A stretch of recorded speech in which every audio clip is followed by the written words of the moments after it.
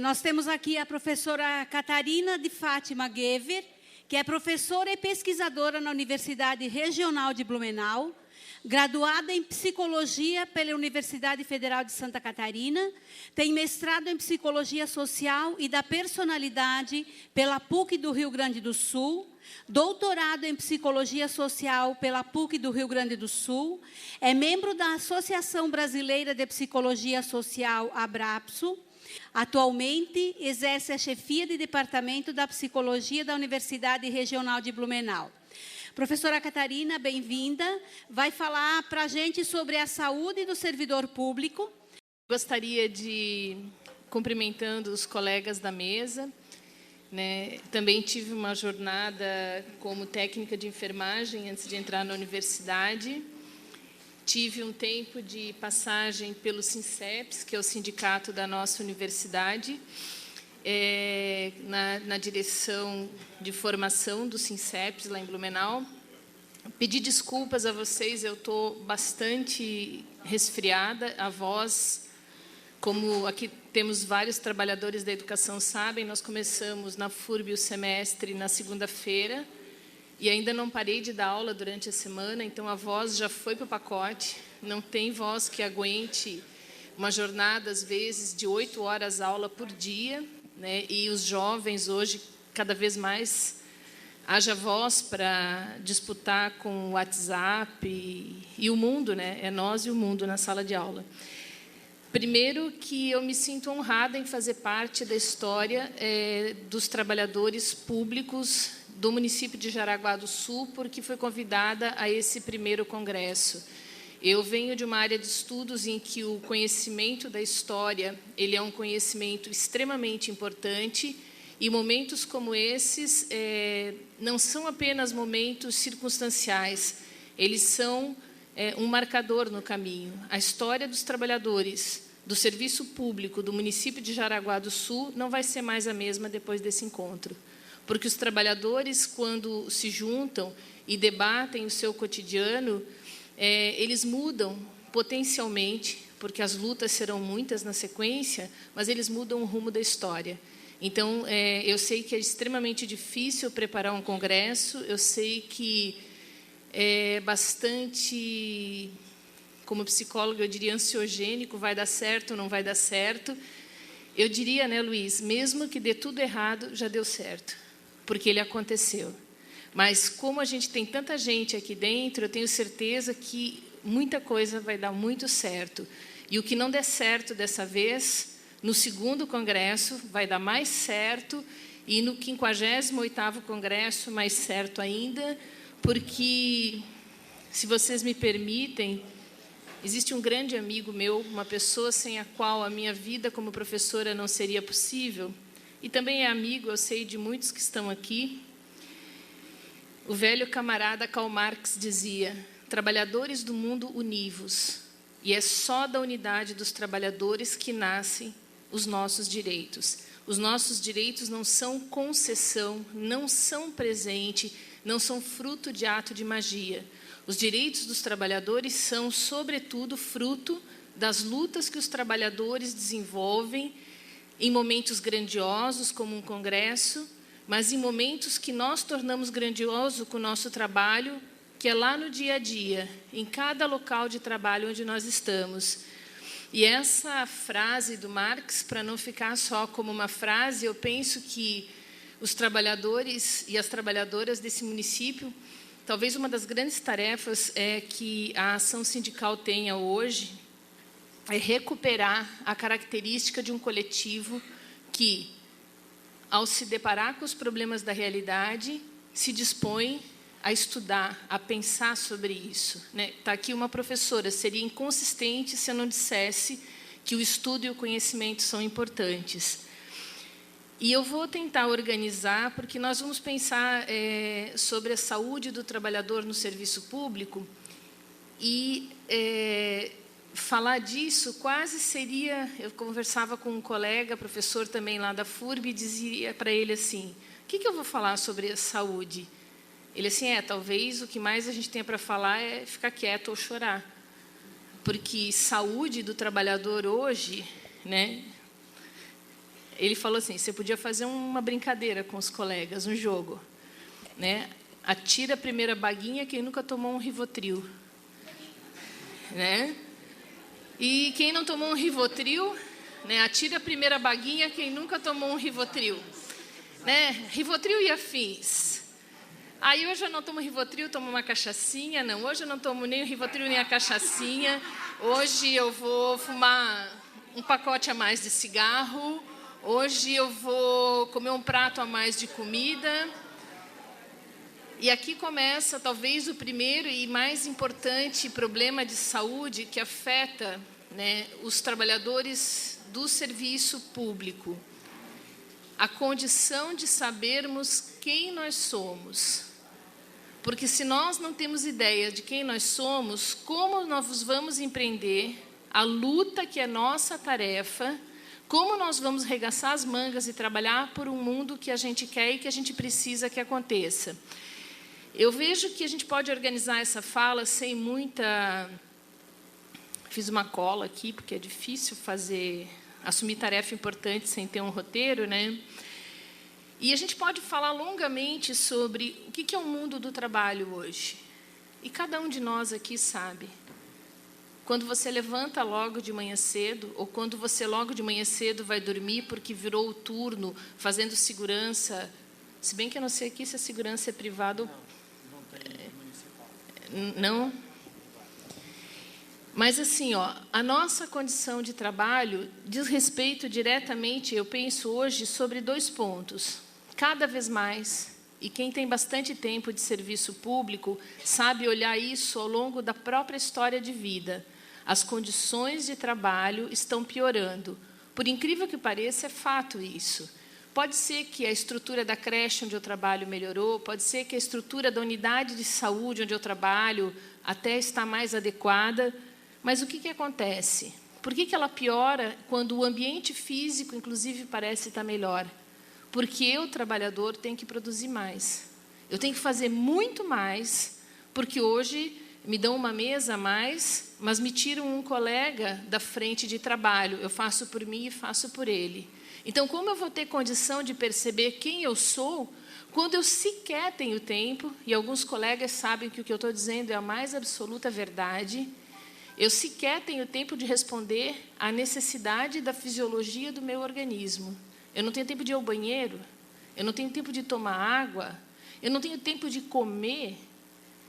Todas essas coisas vão produzindo um corpo que adoece e um psiquismo que sofre intensamente. E vocês sabem que as criaturas, quando sofrem demais, elas se acostumam com o sofrimento. E essa é a maior de todas as doenças que podem afetar o trabalhador. Que nós nos acostumemos com as correntes que nos tolhem a liberdade. Quando nós passamos a achar que corrente que tolhe a nossa liberdade é adorno, é um debate político, eu sei, cada categoria vai fazer esse debate, mas lá na universidade onde eu trabalho, tem uma discussão grande sobre vale alimentação. E muitos companheiros da universidade, não, tem que ter vale alimentação. Quando eu era do sindicato, eu dizia, eu não quero vale alimentação, eu quero salário. Eu sou trabalhadora, eu quero decidir quanto eu compro, onde eu compro, porque tem muitas modalidades estranhas de vale alimentação, mas eu dizia e digo isso, eu quero decidir e, sobretudo, quando eu for uma trabalhadora que meu corpo já tiver perdido a força de produzir, eu quero esse dinheiro incorporado no meu salário. Eu não quero depois, é uma posição pessoal, companheiros, não é uma... Mas é uma posição... Porque todas as coisas que eu quero fazer de modo não pago, elas são eleição da minha consciência. Eu quero ajudar na igreja da minha comunidade, eu quero ajudar no terreiro que eu frequento, eu quero ajudar no partido político que eu milito, eu quero ajudar no sindicato. Eu posso fazer essa escolha da minha livre vontade, mas salário é direito do trabalhador. E eu não quero moedinha de trocado quando o que paga o meu direito é nota graúda dessas que a gente nem enxerga mais circulando no mercado, né? Essa precarização ela é uma coisa bastante sorrateira, ela vem disfarçada em condições de trabalho e vem disfarçada numa forma muito profunda de controle. Nós temos agora na saúde, lá em Blumenau, porque como eu sou professora da universidade, os nossos alunos vão fazer estágio nas unidades de saúde, a implantação de um sistema informatizado. Nossa, que legal, informatizou. Só que o nível de sofrimento dos trabalhadores da saúde com a informatização do sistema aumentou tremendamente. E o gestor que pensou a implantação do sistema não pensou em como suprir de condições o trabalhador que vai operar aquele sistema. Gastou uma imensa quantidade de dinheiro, e é muito legal, os programas funcionam, agiliza para os usuários, que também somos nós, mas não pensa na estrutura de suporte, inclusive do tempo. E esses dias, tem uma semana, eu estava num congresso na Universidade Federal, e eu achei um livro incrível chamado Sobre o Cansaço. As pessoas já estão escrevendo sobre o cansaço. É um livrinho bem pequenininho, acho que o rapaz cansou de escrever, então ficou um livro pequeno.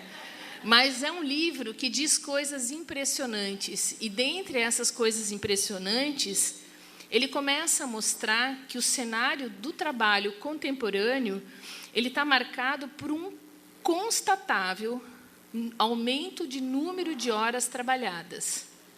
Quem tem aqui 10 anos, 15 anos de carreira como servidor público municipal sabe que trabalha hoje, 2015, mais do que trabalhava no ano 2000.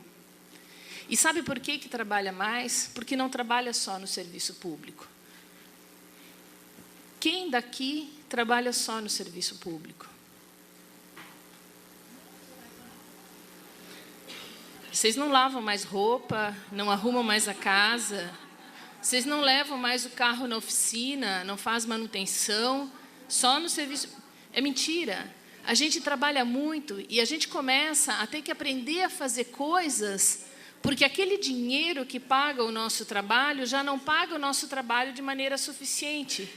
Quem aqui nunca ou não está vendendo Natura, Avon, calcinha, camiseta para complementar o que devia ser salário? Para eu poder chegar em casa, banhar o meu corpo, dançar o meu corpo, fazer meu corpo comer, fazer meu corpo sentir o que é o direito de viver com felicidade. Mas aí eu não tenho tempo. O tempo é a coisa mais preciosa e é a primeira coisa que essa flexibilização produtiva nos tira. Eu preciso de tempo para ser gente. Mas trabalhador não precisa ser gente, trabalhador precisa trabalhar. O acúmulo de atividades, que não acontece só no espaço de trabalho, o aumento do ritmo. Eu lembro, por exemplo, quando eu estudava no ensino fundamental e a gente ganhava o boletim, né? Era bonito, assim, o boletim da escola básica municipal, com uma florzinha, achava lindo aquilo. O trabalho da professora é preencher aqueles boletins. Hoje você tem muitas escolas com sistema informatizado de avaliação dos alunos, que você teve que ter um empenho em aprender a operar o sistema, que você cria uma relação em que não existe uma pessoa material por detrás do produto que pode ser acessado na internet. Eu falo, claro, aqui de uma relação do ensino superior, mas eu não duvido que muito em breve isso vá chegar também, já chegou nas escolas de ensino fundamental, de ensino médio. Isso é o quê? Acelerar o tempo. Para quê? Está online, né? Você já não precisa... E depois, você ainda tem que levar o seu... A gente brinca lá com um grupo de pesquisadores que tem na FURB, assim, ó, quando uma trabalhadora que, na nossa concepção, está no limite já quase de escravidão, uma faccionista, ela vai costurar numa facção. Ela chega na facção, tem uma máquina de costura lá. Se bem que agora eu já andei sabendo que a coisa já ficou pior. Mas ela vai para a facção, tem uma máquina de costura. Nós brincamos que, para dar aula na universidade, se ela fosse comparada a uma facção, nós temos que levar a máquina de costura, porque nem a máquina de costura eles dão. Então, eu tenho que comprar o computador, eu tenho que organizar e pagar os programas, eu tenho que pagar um provedor de internet para que eu possa trabalhar bem. Olha o que é exigido de um trabalhador. E como é que a condição de existência desse trabalhador não vai ser afetada.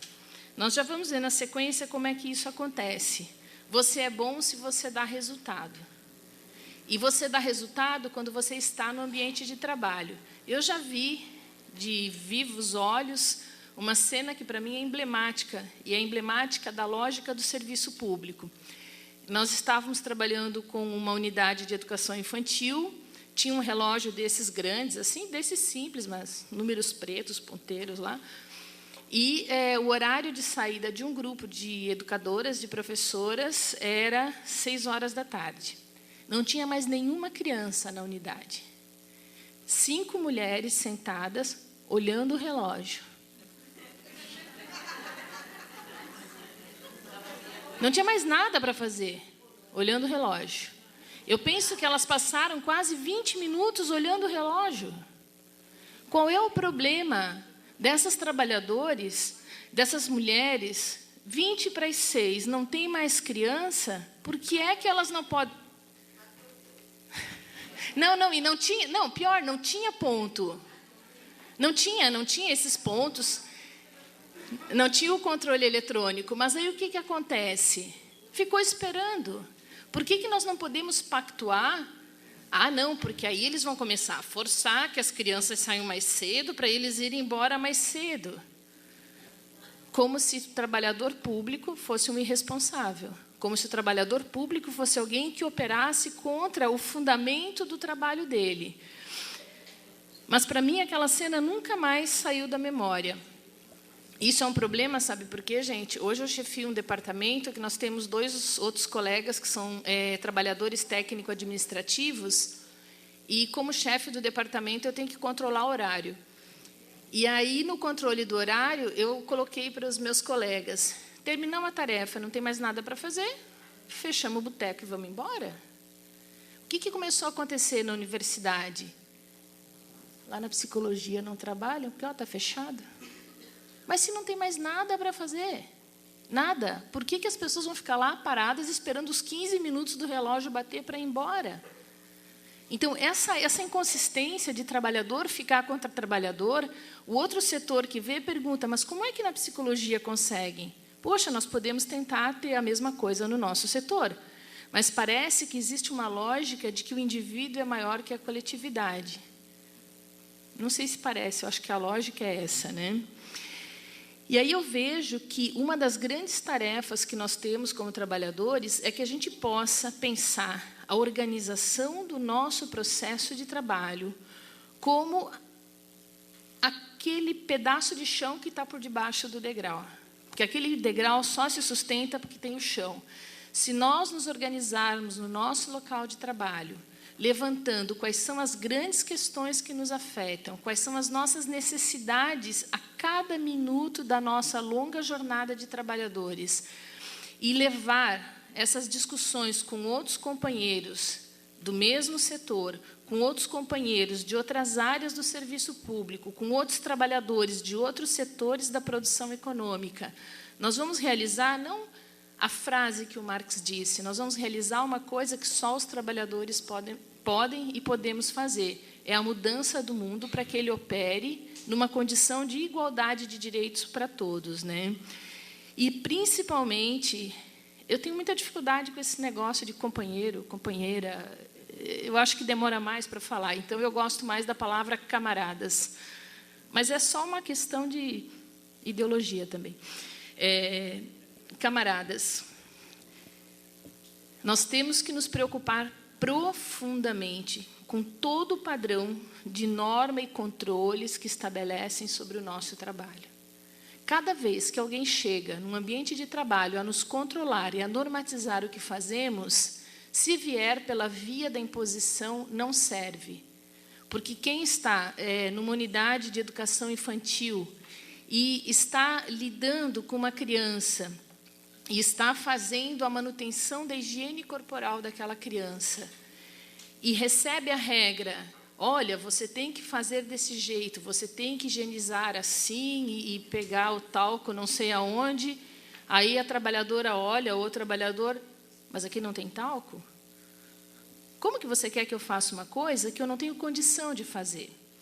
Então, essas normas, elas têm que vir acompanhadas de toda o quê?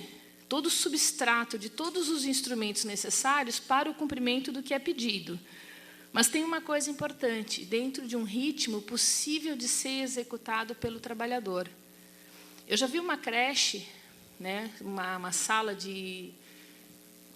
é porque cada lugar chama de um jeito, mas de núcleo de desenvolvimento infantil, que era uma coisa impressionante. Uma professora para cada 3 crianças. Na Bélgica.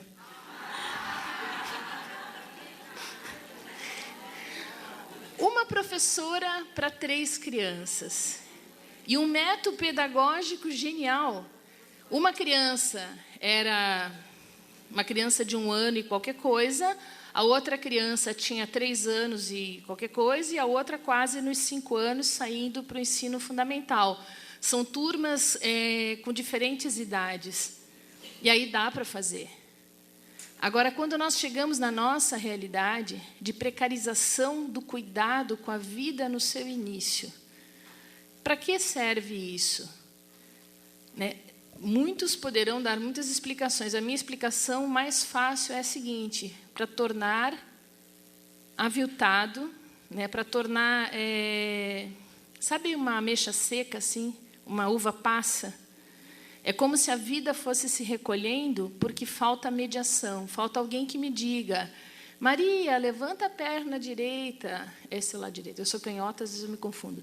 Levanta a mãozinha direita, vamos secar o sovaco do lado esquerdo. Olha o trabalho genial de maturação neurológica, ensino de lateralidade, e ela só está secando a criança. Quem achar que essa profissional só está secando a criança depois do banho, tem que começar a rever profundamente os seus conceitos, né? É isso mesmo. Mas aí tem uma coisa que eu penso como psicóloga que é fundamental. Se nós não tomarmos consciência de quem é aquela primeira pessoa que, às vezes, de maneira espantada, nos olha de manhã cedo, vocês nunca tiveram essa sensação? Você está se arrumando para ir para o trabalho, aí você está lá no espelho, aí, de repente, você se olha. Quem é essa pessoa que está aí? Aí você se olha mais um pouquinho. Nossa, eu acho que eu conheço. E aí você se olha mais um pouquinho. Eu falo isso porque eu já passei por isso. E te tranca uma lágrima do tamanho da tua garganta. Não é a pessoa que eu queria ser. E essa pessoa que eu não queria ser é a pessoa que vai trabalhar. E talvez por isso eu me submeta. Talvez por isso eu baixe a cabeça. Porque aquele que está sendo destruído não é quem eu queria ser. É aquilo que eu me tornei. E essa lágrima que quase sufoca, que às vezes não caberia o mar inteiro para ela ser chorada, porque é tanta a dor da gente não ser aquilo que nós projetamos um dia como desejo de ser, que nós pensamos que nós não podemos mais, que a gente não consegue mais. Mas quando nós lembramos que outros tantos têm uma lágrima do tamanho da garganta que quase tranca a respiração, e a gente olha para o lado, como vocês podem olhar agora. Eu duvido aqui quem não. Porque essa dor nos acompanha. E não é porque o município paga mal. Não é porque o prefeito não nos atende. Não é porque a direção do sindicato é super ocupada e ela não tem tempo de ajudar a gente a discutir o vazamento que tem no telhado da escola. Sei lá. É porque existe uma coisa perversa chamada capitalismo. E os trabalhadores têm que olhar o que é essa coisa perversa, que eu gostaria de estar numa mesa de bar para dizer exatamente o vocábulo adequado, né? Mas eu tenho uma coisa de professora, nesses ambientes eu não consigo falar aquelas palavras que ajudam as lágrimas a se libertar, né? O capitalismo é tão perverso que ele quase nunca nos permite a surpresa do encontro cada um consigo próprio. E essa perversidade do capitalismo, companheiros e companheiras, camaradas, ela só se resolve com o estudo e conhecimento. E os trabalhadores têm o direito e a obrigação de estudar mais e conhecer mais. Eu não estou falando de estudar na universidade, eu estou falando de dizer, gurias, vamos lá em casa, vamos fazer um café e vamos ler o manifesto do Partido Comunista? Quem se junta para fazer isso? Ah, coisa chata, ficar lendo. Pois é. A elite dominante se produz em glória e alegria quando o trabalhador diz: ai, que coisa chata ficar estudando.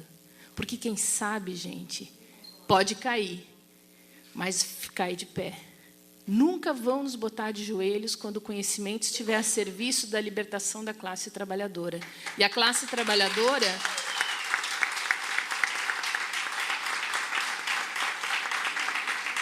E a classe trabalhadora aparece muito com essa padaria. Eu gostei muito da padaria aqui, né? Parabéns ao grupo. Porque nós movemos, sim, uma padaria, mas nós tratamos tão mal o produto de base dessa padaria, que é a nossa consciência crítica, que ou ora o pão abatuma, ou ora o pão queima, e é difícil que a nossa consciência crítica produza uma refeição inesquecível. E a refeição inesquecível da consciência crítica, e aqui quero parabenizar, né, na figura do Sérgio, da Ieda, né, dos companheiros do Sintraceb, a greve que eles fizeram e a grandeza do que foi a resistência dos trabalhadores em Blumenau, numa cidade que, suponho que, como Jaraguá, tão conservadora quanto os trabalhadores que se organizam, de levar a luta e dizer: eu não moro em Blumenau, mas eu sou do Rio Grande do Sul, tá? Sou exportada de uma terra chamada Santo Ângelo das Missões. Como diz os meninos, é isso aí, mano. E a terra de Sepete Iraju é uma terra de guerreiros, e para nós Sepete Iraju é um exemplo de que nós vamos lutar. Eles podem matar o nosso corpo, mas eles jamais vão ser capazes de obstruir a nossa consciência. E sobre isso, companheiros, nesse processo que eu vejo cada vez mais de destruição da dignidade do trabalhador público, tenho dificuldade também com esse nome servidor, né? Se a gente for olhar na história das palavras, servidor é aquele que serve. A palavra servidor, vou fazer uma pesquisa, né, porque a pessoa tem que pesquisar, vem do latim servitium, que diz, e essa palavra no latim quer dizer escravidão. Isso aqui acho que um dia valeria um debate em algum momento, né? E também trabalhador não traz muita vantagem semântica, porque trabalhador vem da ideia de tripalho, que era um instrumento formado com 3 pauzinhos assim, com uma ponta de metal, 3 assim. E você batia... Ele era instrumento de tortura, mas o tripalho, né, diferente do sentido da palavra servidor, antes de ser um instrumento de tortura, era um instrumento que os agricultores usavam para debulhar o trigo. E do trigo debulhado fazer o pão. E do pão feito alimentar o corpo. E o corpo alimentado fazer crescer o sonho. E o sonho crescido fazer mudar a vida. Então, eu gosto muito mais de trabalhador porque ele me dá mais chance de fazer poesia. Servidor não é útil a poesia. Eu acho que trabalhador é mais bonito para fazer bonitezas. Mas aí o que vem dessa coisa das palavras? E agora o tempo aqui, já estamos terminando, porque o meu relógio é preciso. Eu penso que tem uma coisa importante, assim, ó. Quando a gente se organiza como trabalhador, as elites endurecem. Então, vocês sabem que daqui para frente a coisa vai ficar mais dura para vocês. Trabalhador organizado é um problema para a elite. Mas, cada vez que a elite endurece, os trabalhadores se organizam mais. E, cada vez que os trabalhadores se organizam mais, as elites endurecem.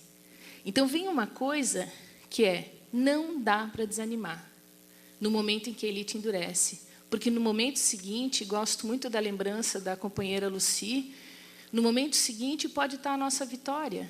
Então, não dá para parar de lutar. Pode ser que, em algum momento, a gente tenha esperança como companheira. Esses dias eu vi um companheiro no congresso falar: temos que perder todas as esperanças. A gente não tem que ter esperança. A gente tem que ter a certeza de que só lutando a gente consegue realizar o mundo que nos dá a chance de ser mais gente. Então, o caminho da luta, e eu gosto muito daquela ideia, talvez alguns companheiros aqui conheçam, quando o Eduardo Galeano fala da utopia. Mais do que esperança, nós precisamos de utopia. E a utopia não é um lugar onde a gente chega.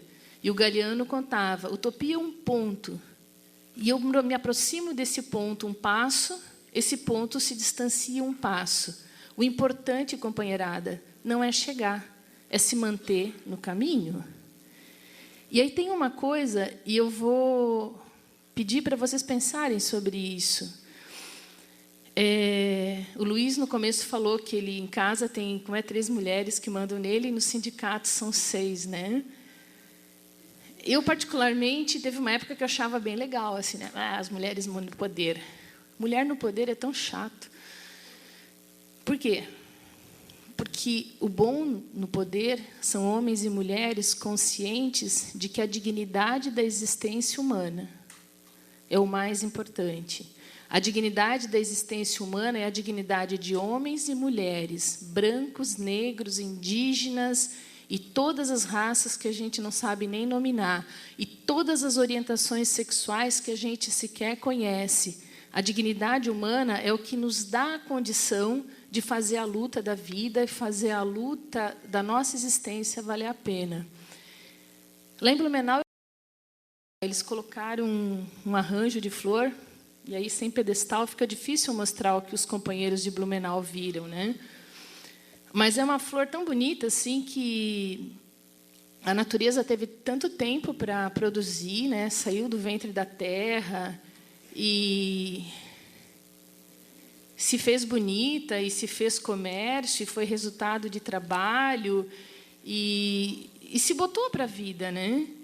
E essa beleza toda, de repente, e a coisa vai exatamente como a vida de vocês. E ninguém berra, porra, para de fazer o que você está fazendo.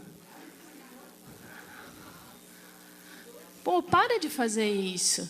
E eu não tinha pensado nisso lá em Blumenau, e depois eu fiquei muito tempo pensando. Eu debulhei uma flor inteira em cima da mesa e ninguém falou nada. Se eles não falam por causa dessa flor, vão falar da sua vida, vão falar da condição do seu trabalho. Se numa mesa, por um ato cênico, por um ato de recurso à consciência, alguém é capaz de fazer isso com uma flor e a gente não reage, como é que a gente trata a nossa vida no nosso local de trabalho, na nossa condição de existir como trabalhador público? E, para finalizar, companheiros, o que acontece com o trabalhador público? A gente não consegue mais reagir sozinho. O nosso único caminho é na unidade. O sindicato é a unidade que pode nos levar a recompor a beleza que foi destruída e aprender que ninguém tem o direito de destruir a flor da minha existência. E aí eu vejo que o fundamental nesse momento é a gente aprender a lição do velho mestre Paulo Freire, aprender a dizer a nossa palavra. Quando cada companheiro e cada companheira tocar de dizer a sua palavra, as flores vicejarão em jardins de sonho. E quando a gente trouxer esses jardins para fora, ninguém vai tocar a gente para destruição. E, principalmente, tem um camarada que eu gosto muito, e vou contar dele rapidinho para fechar aqui, ainda que a gente possa fazer debates críticos, mas eu gosto quando ele diz que nós precisamos, sim, sonhar. Mas nós temos que ter a condição de crer em nossos sonhos. E de, crendo em nossos sonhos, realizar escrupulosamente as nossas fantasias. O que nos dá escrúpulos é a medida do real. O trabalhador público, quando podendo fazer o seu trabalho, quando podendo dizer, para de me destruir, ele constrói uma cidade melhor. Essa cidade depende do trabalho de cada um de vocês. A nossa cidade em Blumenau depende do trabalho de cada um de nós que somos servidores públicos municipais. Esse país depende de nós. Então, o que tem aqui de importante? Cada vez que eu me posiciono, toda a sociedade ganha. Com todo respeito ao trabalho dos companheiros têxteis, da metalurgia, do cristal, mas o servidor público é o trabalhador estratégico para uma sociedade que sonha em ser justa, fraterna, igualitária Eu tenho um sonho particular, um dia, quem sabe, socialista. Muito obrigada.